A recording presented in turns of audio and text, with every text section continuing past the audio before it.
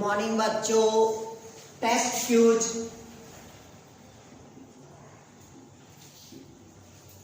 Cues online coaching classes में आपका स्वागत है। तो अपन जो आज देखने जा रहे हैं वो नीट का क्वेश्चन पेपर के हिसाब से आज मैं आप लोग को पढ़ाने जा रहा हूँ। जो अभी करंट में क्या हुआ है, एग्जाम हुआ है। इसका एग्जाम हुआ भाई नीट का। क्लियर हुआ? कब हुआ? 2020 में। क्लियर हुआ? 13 तारीख को, अभी सितंबर में। क्लियर है? सबसे पहले देखते हैं इससे जो क्वेश्चन आया था, वो क्वेश्चन आया था कहां से? आपका सेल डिवीजन से आया था। क्लियर है? तो सेल डिवीजन से सोचिएगा, सेल बायोलॉजी से, सेल डिवीजन से बहुत सारे क्वेश्चन आया था। जैसे कि पहला देखते हैं, इसमें पहला क्वेश्चन आया था आपका सेल साइकिल से आया था। सेल साइकिल मतलब कोशिका चक्र से आया है। कौन सा क्वेश्चन आया था देखिएगा, ये अवस्था कहलाता है हमारा, कौन सा अवस्था कहलाता है? G0 कहलाएगा। ये जो अवस्था होगा ये G1 फेस होगा। ये अवस्था कहलाता है आपका S फेस, ये कहलाता है आपका G2 और ये कहलाता है आपका M फेस कहलाता है। क्लियर है? क्वेश्चन पूछा था कि M फेस के बाद कौन सी अवस्था आती है। क्लियर है? मतलब पूछा था ये कि डिवीजन फेस के बाद कौन करता भाई? डिवीजन फेस के बाद कौन सी अवस्था आती है। तो कौन सी अवस्था आएगी भाई? आपका G0 आएगा। ये क्वेश्चन आया हुआ था पहला आपका। क्लियर हुआ? और इसी में क्वेश्चन और पूछा था, इसके अलावा ये जो सेल साइकिल में जैसे M फेज मतलब डिवीजन फेस के बाद कौन आया? G0 अवस्था आया। फिर नेक्स्ट क्वेश्चन था कि G0 को किस अवस्था के नाम से जाना जाता है। तो इसको कहा जाता है आपका रेस्टिंग पीरियड कहा जाता है। कौन सा अवस्था होगा भाई? आपका रेस्टिंग पीरियड अवस्था कहा जाता है। क्लियर हुआ? ये क्वेश्चन आया था। इसके अलावा जो सेल डिवीजन है, क्या भाई? आपका सेल डिवीजन से आपका मियोसिस सेल डिवीजन से आया था। किसे आया था भाई? मियोसिस डिवीजन से आया था। क्लियर है? ये जो मियोसिस डिवीजन से आया था वो देखिएगा कौन सा आया था, क्योंकि मियोसिस डिवीजन 5 मतलब 2 अवस्था पे होता है। पहला होता है आपका मियोसिस प्रथम और दूसरा होगा आपका मियोसिस सेकंड होगा। तो मियोसिस प्रथम का होता है कौन सा अवस्था होगा? प्रोफेज होता है। क्या होगा? प्रोफेज प्रथम। इसकी 5 अवस्था होती है। किसकी? प्रोफेज फर्स्ट की 5 अवस्था होगी। इसी 5 अवस्था से क्वेश्चन पूछा था। देखिएगा कैसा क्वेश्चन पूछा था आपसे। जैसे मान लीजिएगा ये प्रोफेज क्या हुआ? फर्स्ट हुआ। इससे कितने अवस्था होती है? 5 अवस्था होगा। क्लियर है? पहला जो अवस्था होगा, ठीक, वो कौन सा अवस्था होगा? लैक्टोटीन। क्या होगा? लैक्टोटीन। दूसरा अवस्था होता है आपका जाइगोटीन। तीसरा होता है आपका पैकेटीन। चौथा होता है आपका डिप्लोटीन और 5वां होता है आपका डाइकाइनेसिस होता है। टोटल मिला के कितना स्टेप हुआ भाई? आपका 5 स्टेप। मतलब प्रोफेज सबसे लंबी अवस्था हुआ, मतलब कौन सा फेज होगा? Largest phase. क्लियर है? क्वेश्चन ये पूछा था कि ये मैच करने के लिए दिया था, कॉलम मैच करने के लिए दिया था कि लैक्टोटीन, जाइगोटीन, पैकेटीन, डिप्लोटीन और डाइकाइनेसिस। क्लियर हुआ? तो लैक्टोटीन में क्या बनता भाई? आपका बीड लाइक स्ट्रक्चर बनेगा। क्या बनेगा भाई? बीड लाइक स्ट्रक्चर मतलब मोती के माला के समान क्या होगा? इसकी संरचना होगा। दूसरा जाइगोटीन। जाइगोटीन में क्या बनता है भाई? आपका सिनॉप्टिकल कॉम्प्लेक्स बनता है। क्या बनता है भाई? आपका सिनॉप्टिकल कॉम्प्लेक्स बनेगा। और इसी जो सिनॉप्टिकल कॉम्प्लेक्स होगा, क्लियर हुआ, इसको सिनॉप्सिस भी कहा जाता है। क्या कहा जाता है? इसको सिनॉप्सिस। या इसी अवस्था को क्या कहते हैं भाई? बाइवैलेंट कहते हैं। क्या कहते हैं? इसको बाइवैलेंट कहेंगे। फिर पैकेटिंग में कौन क्या होता है भाई? आपका क्रॉसिंग ओवर होता है। क्या होगा भाई? क्रॉसिंग ओवर होगा। क्लियर हुआ? फिर इसके बाद क्रॉसिंग ओवर किसके किसके बीच होता है? तो दो होमोलोगस के नॉन सिस्टर क्रोमैटिड के बीच होता है। किसके किसके? नॉन सिस्टर क्रोमैटिड के बीच क्या होगा भाई? क्रॉसिंग ओवर होगा। क्लियर हुआ? डिप्लोटिड में किसका फॉर्मेशन होगा? कास्मेटा का फॉर्मेशन होगा। उसी को कहते हैं अपन कास्मा कहते हैं। क्या कहेंगे भाई? कास्मा कहते हैं। क्लियर है? डायकिनेसिस में क्या होता है? टर्मिनलाइजेशन होता है। क्या होगा भाई? टर्मिनाइजेशन होगा।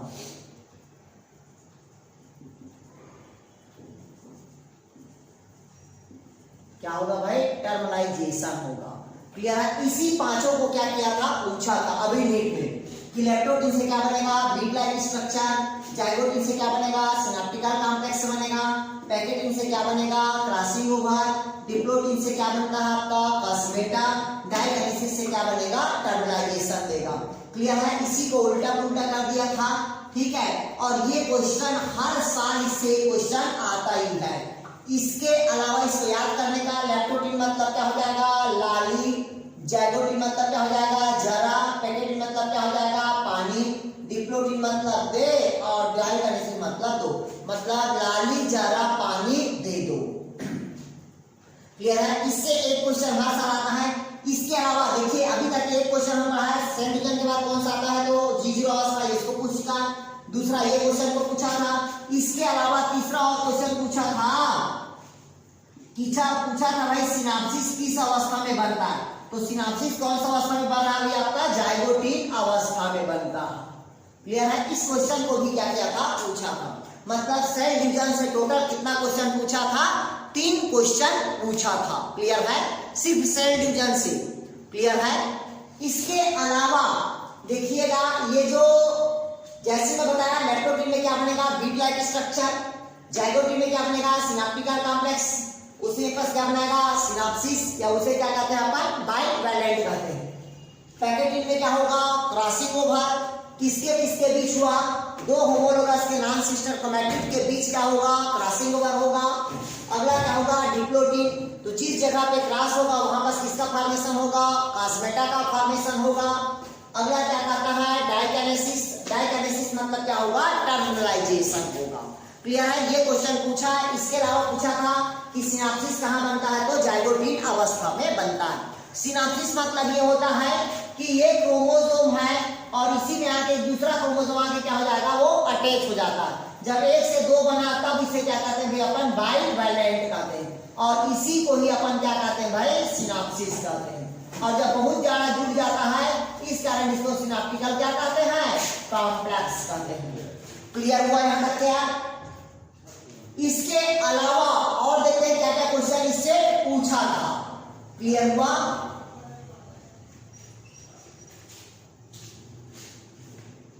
ठीक है? अब देखते हैं इसी से क्वेश्चन और पूछा था कि वो उससे पूछा था क्या बोलते हैं भाई? मैचुरेशन साइकिल वाला। मतलब उसे कहते हैं अपन oogenesis से क्वेश्चन पूछा था। किससे क्वेश्चन पूछा है भाई? आपका oogenesis से, मतलब ओवम का फॉर्मेशन से पूछा है। इससे क्वेश्चन पूछा है oogenesis से। oogenesis मतलब होता है ओवम का फॉर्मेशन। इससे क्या क्वेश्चन पूछा था? ध्यान से सुन लीजिएगा कि जो ओवम होता है उसका ओव्यूलेशन कब होता है? ओव्यूलेशन कब होता है? तो जो ओव्यूलेशन होगा वो कब होगा भाई? आपका मियोसिस सेकेंड विभाजन के बाद, मतलब सेकेंड डिवीजन के बाद क्या होगा? ओवम का ओव्यूलेशन। इसी क्वेश्चन को पूछा था कि ओवम का ओव्यूलेशन कब होता है? पहला दिया था मियोसिस सेकेंड डिवीजन के बाद, मियोसिस फर्स्ट डिवीजन के बाद। इसमें दोनों दिया था। क्लियर है? इस प्रकार से क्या दिया था इससे क्वेश्चन? तो ओवम का ओव्यूलेशन का होगा मियोसिस सेकेंड डिवीजन के बाद। कैसे होगा इसको देखिएगा। कहता है oogenesis, मतलब ओवम के फॉर्मेशन को ही अपन क्या कहते हैं भाई? oogenesis कहते हैं। ये क्वेश्चन मैं आप लोग को पढ़ाया हूं। क्लियर है? ह्यूमन रिप्रोडक्शन में। ठीक है? क्या पढ़ाया था भाई आप लोग को? ओवम के जेनेसिस, मतलब ओवम के फॉर्मेशन को क्या कहते हैं भाई? oogenesis कहते हैं। क्लियर है? सबसे पहले बताया था ये 2n कोशिका होगा। इन 2n कोशिका में क्या होगा? कोशिका का विभाजन होगा। जब कोशिका का विभाजन हुआ तो ये 2n कोशिका बनते जाएगा और 2n से 2 से कितना बन गया आपका? 4 क्वेश्चन। 4 से कितना होगा? 8। ये पहली अवस्था बताया था आप लोग को मैं, मल्टीप्लिकेशन। कौन सा अवस्था बताया था भाई? मल्टीप्लिकेशन। ठीक, मल्टीप्लिकेशन में से कोई एक ग्रोथ कर लेता है, तो जब ग्रोथ करता है तो इसको क्या कहते हैं भाई अपन? प्राइमरी oocytes कहते हैं। क्या कहेंगे इसको? प्राइमरी oocytes कहते हैं। क्लियर हुआ? ये जो प्राइमरी oocytes में फर्स्ट मियोसिस डिवीजन होगा। क्या होगा भाई आपका? First meiosis division. ध्यान से सुनिएगा यही बात। कौन सा डिवीजन हुआ भाई? फर्स्ट मियोसिस डिवीजन हुआ। क्लियर हुआ? ये बना आपका 2n, ये भी बना 2n। अब यहाँ पर से क्या बना? एक मैच्योर क्या बना भाई आपका? ओवम बना। जो हैप्लॉइड होगा ये भी n होगा और ये भी क्या होगा? n और n होगा। क्लियर है? यहाँ पर जो हुआ वो सेकंड मियोसिस डिवीजन हुआ। इसी क्वेश्चन को पूछा था कि ओवम का ओवुलेशन किस दौरान होता है? तो सेकंड मियोसिस डिवीजन के बाद ही क्या होता है? ओवम का ओवुलेशन होता है। ये कहलाता है आपका सेकेंडरी oocytes। क्या कहलाएगा भाई? सेकेंडरी oocytes कहलाएगा। क्लियर है? ये पूरे मल्टीप्लिकेशन हुआ। ये जो अवस्था होगा वो ग्रोथ फेज होगा और नीचे वाला पूरा कौन होगा भाई आपका? मैच्योरेशन फेज होगा। मैच्योरेशन मतलब प्रपक्वन अवस्था होगा। इसी क्वेश्चन को पूछा था आपका। क्लियर हुआ? इसके अलावा जो और क्वेश्चन पूछा था इधर देखिएगा। क्लियर हुआ? इसके अलावा और कहां क्वेश्चन पूछा था देखिएगा।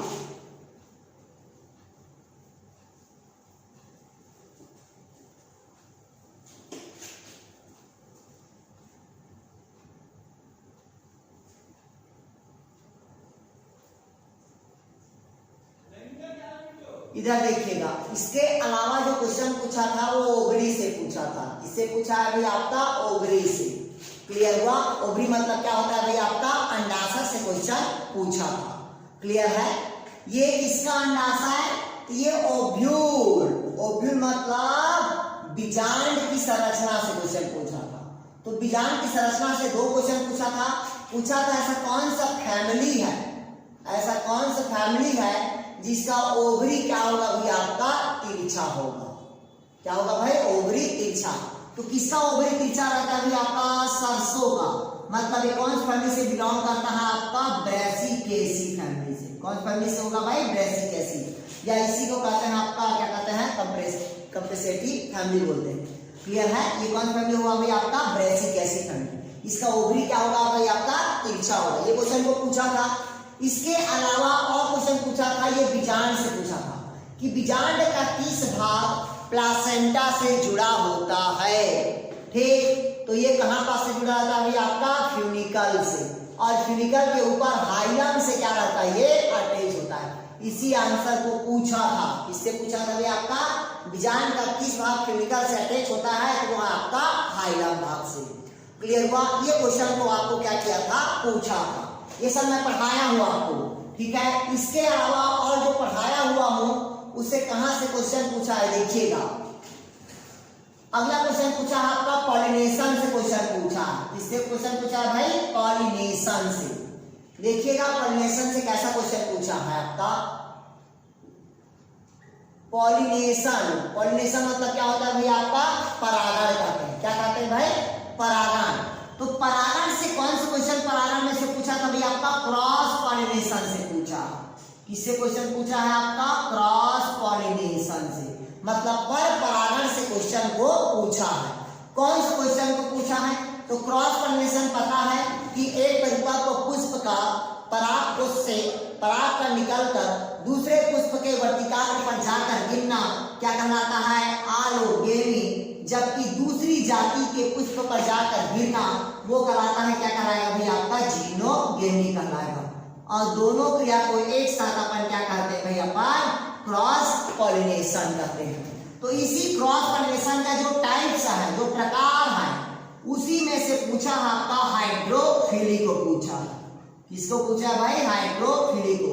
कि जल में होने वाले परागण को अपन क्या कहते हैं? तो हाइड्रोफिली पूछा है। क्लियर है? ये जो हाइड्रोफिली होगा इसका एग्जाम्पल को पूछा है। किसको पूछा है भाई? एग्जाम्पल को। कि पूछा है इसमें जलकुंभी में, इसमें जलकुंभी में और वाटर लिली में। इसमें भाई वाटर लिली में परागण किसके द्वारा होता है? तो देखिएगा जलकुंभी में और वाटर लिली में परागण किसके द्वारा होता है?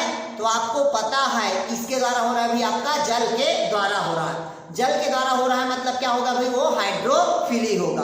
क्लियर हुआ? ये क्वेश्चन को पूछ चुका है, अभी करंट में पूछा, अभी जो 13 तारीख एग्जाम हुआ है ना नीट का, उसमें पूछा है। क्लियर हुआ? या अब इसके अलावा देखिएगा, अभी जो और क्वेश्चन इससे पूछा हुआ है वो देखिएगा कौन से क्वेश्चन को पूछा है। ठीक है,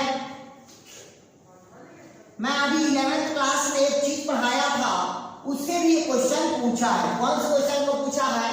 कि ऐसा कौन सा यूनिसेलुलर है, कौन सा भाई आपका यूनिसेलुलर जीव है, ठीक है, जिसमें अधिक मात्रा में क्या पाया जाता है? आपका प्रोटीन पाया जाता है।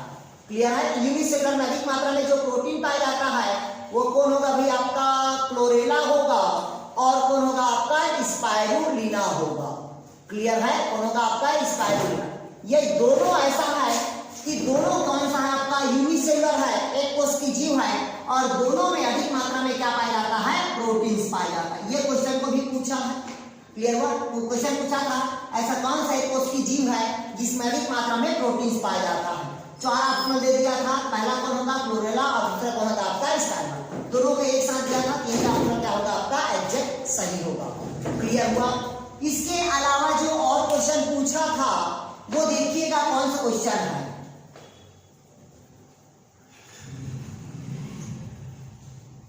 हाँ, इसके अलावा देखिएगा जो क्वेश्चन था आपका वो रिप्रोडक्शन थे था, इससे था भाई आपका रिप्रोडक्शन से था। क्लियर है? हाँ, इसके अलावा और था आपका जो मैं परसों पढ़ाया हूं वो मेंडल के नियम से क्वेश्चन पूछा था। किससे पूछा था? मेंडल के नियम से। मेंडल के नियम से ये पूछा था कि मेंडल ने प्लांट के स्टेम में कितने कैरेक्टर को देखा? तो एक कैरेक्टर को देखा था। इसी क्वेश्चन को पूछा था कि मेंडल ने मटर के प्लांट में कितने कैरेक्टर देखा है? तो एक उसका क्या होगा? डोमिनेंट होगा, और एक उसका क्या होगा? आपका रिसेसिव होगा। टोटल स्टेम में कितना देखा भी आपका? एलिल अगर पूछे तो 2 होगा, एक डोमिनेंट का और दूसरा क्या होगा? आपका रिसेसिव का होगा। ये क्वेश्चन को भी अभी क्या किया अभी आपका पूछा है करंट में। ठीक है, तो बाकी अपन देखेंगे कल से आपको सिलेबस वाइज नीट का क्लास लिया जाएगा। ठीक, इसके साथ साथ आपको 12th का क्लास में भी दिया जाएगा। ओके दोस्त, थैंक यू।